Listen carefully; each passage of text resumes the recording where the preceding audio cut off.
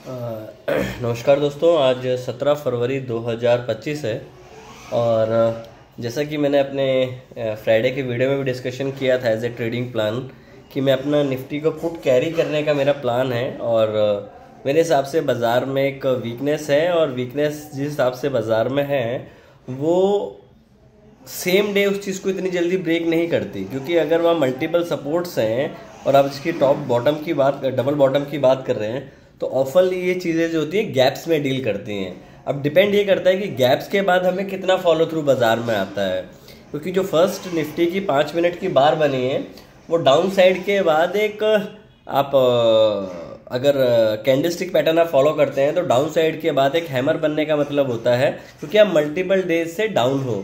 तो अगर आप मल्टीपल डेज से डाउन हो तो यहाँ प्रोबेबिलिटी ये हो सकती है कि मॉर्निंग के डे का आप लो का स्टॉप लॉस रखें और यहाँ पे बाय करने की कोशिश करें एज ए डे ट्रेडर।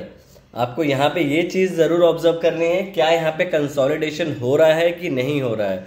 अगर आप रिलायंस और HDFC बैंक का चार्ट देखें तो रिलायंस में भी और HDFC बैंक में भी नीचे से बाइंग देखने को मिली है। मतलब जो कल का क्लोज था, कल के क्लोज से रिलायंस भी ऊपर जा रहा है, HDFC बैंक भी ऊपर जा रहा है। तो अगर यहाँ पे बाजार एक कंसोलिडेशन करता है और 20 मूविंग पीरियड से ऊपर होल्ड करने की कोशिश करता है तो यहाँ पे एक लॉन्ग ट्रेड आपको इनिशिएट करना चाहिए।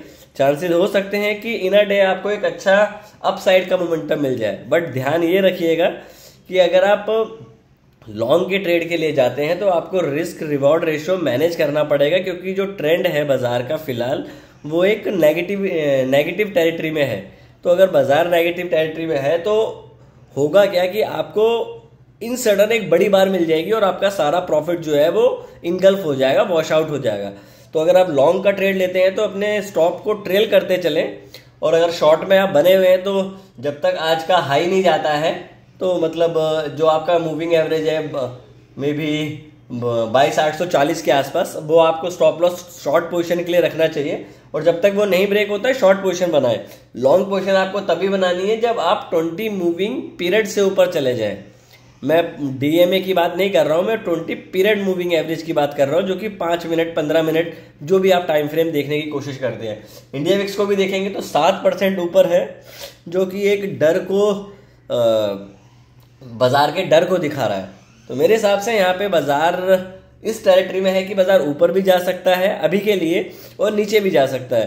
तो हमने अपनी पुट की पोजीशन से प्रॉफिट बुक कर लिया है, और अगर बाजार में कुछ सेटअप बनेगा तो मैं अपडेट करने की कोशिश करूंगा, क्योंकि S2 के बाद आज आप R1 से रिवर्स हुए हो, और रिवर्स के बाद अगर वो दोबारा कंसोलिडेशन करता है तो हम फ्रेश ट्रेड लेने की कोशिश करेंगे। टिल देन बाजार को एक मौका देंगे कि वो कंसोलिडेशन फेज में जाए, वहां से हमें कोई ट्रेड मिले, चाहे वो ऊपर की साइड पे मिले चाहे वो नीचे की साइड पे मिले। ठीक, तो फिलहाल के लिए इतना ही। अगर कोई ट्रेड मैं करूंगा तो मैं आपको अपडेट कर दूंगा कि मैंने कॉल लिया है या पुट लिया है। बेटर ये है कि अभी फिलहाल हम वेट करें, बाजार को एक डायरेक्शन लेने ही दिया जाए, क्योंकि आप डे ट्रेड कर रहे हो। आप अल्टीमेटली आपका एम होना चाहिए end of the day, end of the month आपके बैंक में पैसा आए।